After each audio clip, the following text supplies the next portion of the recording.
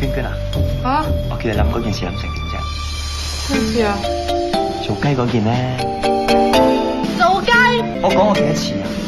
你唔做雞，我邊有錢還刀疤強條數？邊有本過大海啊？你龍還龍啊！你聽唔清楚可以讀唇噶嘛？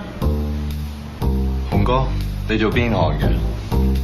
我本身係做鴨嘅，你知啊，做嗰行厭嗰行，悶悶地諗住退休環遊世界。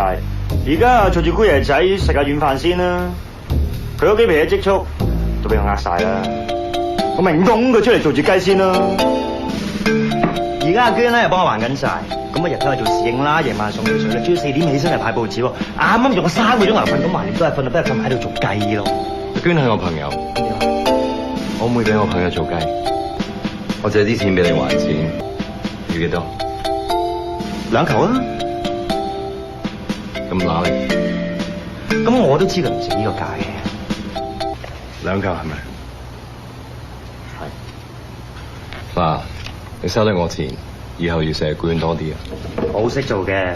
而家咧，你跟佢，以後唔好掛住我啦。我叫雞啦。冇嘢啊嘛，俾2球幾人叫雞？僆仔食完飯係嘛？我講咗俾我同你聽。好啊，喂。